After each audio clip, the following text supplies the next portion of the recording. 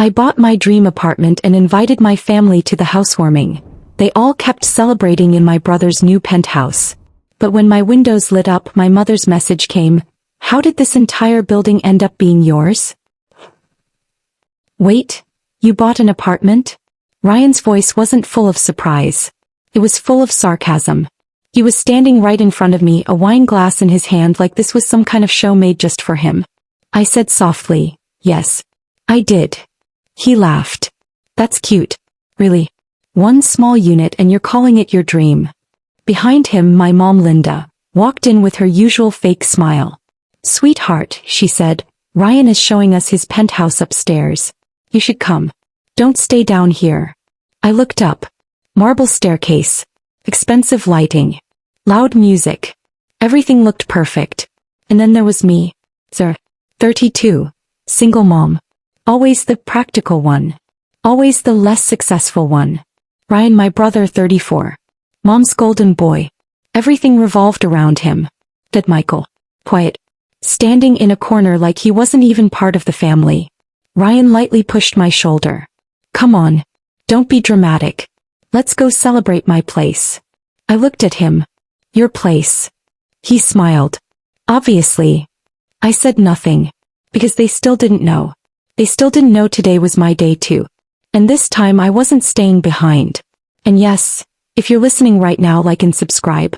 Because what was about to happen next, nobody saw it coming. Ryan pulled me into the penthouse like I was just a guest. Guys, he called out. Look who made it. Everyone turned toward me. Some smiled politely. Some ignored me. Tara was there. Ryan's fiancée. Designer dress. Fake confidence. She looked me up and down. Oh, you came. I replied, apparently. Mom leaned into my ear. Don't ruin the vibe. I whispered back, I'm not the one doing it. Ryan raised his champagne glass. To my new penthouse. And my amazing life. Everyone cheered. I just watched. Then I pulled out my phone. Excuse me, I said. Ryan rolled his eyes. Again. Always on that phone. I didn't respond. I just read a message that had arrived earlier. Your apartment building transfer is complete.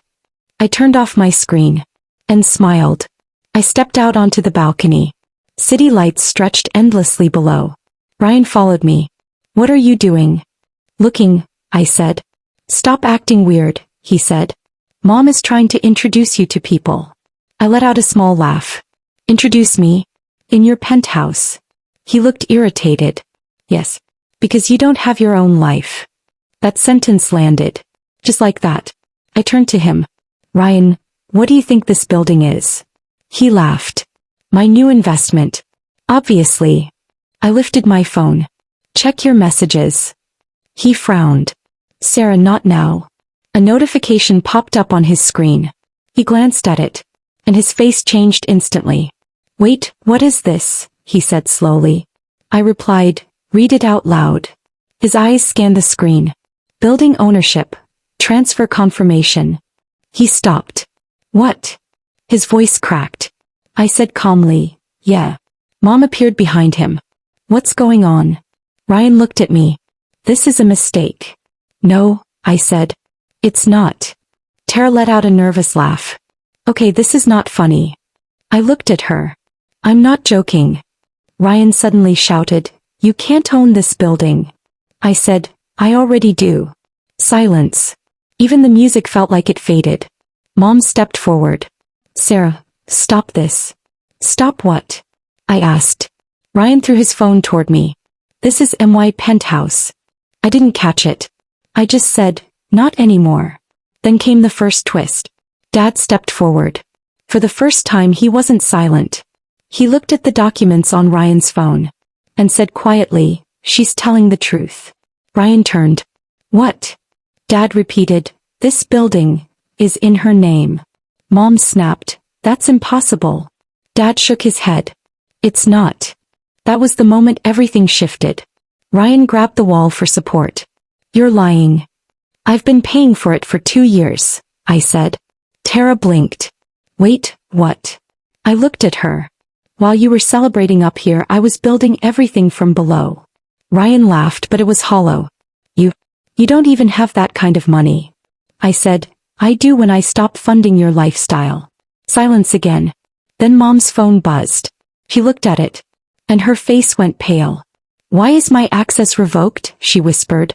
I replied, because I removed it. Ryan snapped, you what?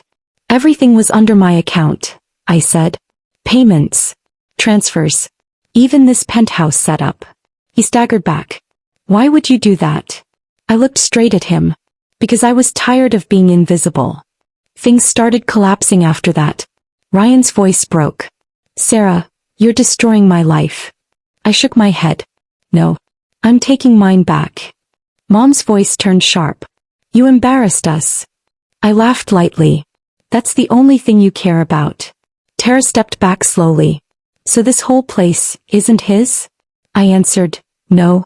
She whispered, then why am I even here? Ryan shouted, don't listen to her. But she already had. Then came the second twist. The doorbell rang. Security walked in. Ma'am, they said looking at me. We've received confirmation from ownership. Ryan exploded. I am the owner. Security replied calmly, sir. She is. Silence again. Heavy. Final. Ryan looked at me, voice dropping. What do you want? I met his eyes. Respect. He didn't laugh. He didn't argue. He just stood there. I turned toward the balcony again. The city was glowing. The building was mine. Actually mine. Mom whispered, we're your family. I looked at her. No, I said. You were my audience. The night was ending differently than they expected. Ryan stood frozen. Tara had left. Mom said nothing. Dad walked up to me quietly. Good job, he said. I looked at him. Too late, I replied. I walked out. Fresh air hit my face. The building behind me belonged to me. And for the first time, so did my life. Some people assume you'll always stay small. They don't realize quiet people notice everything. And one day, they take it all back. If you think she deserved better, like and subscribe. Because sometimes the quiet ones end up owning everything. Tell me in the comments, what would you do if your family only respected you after you owned everything they enjoyed?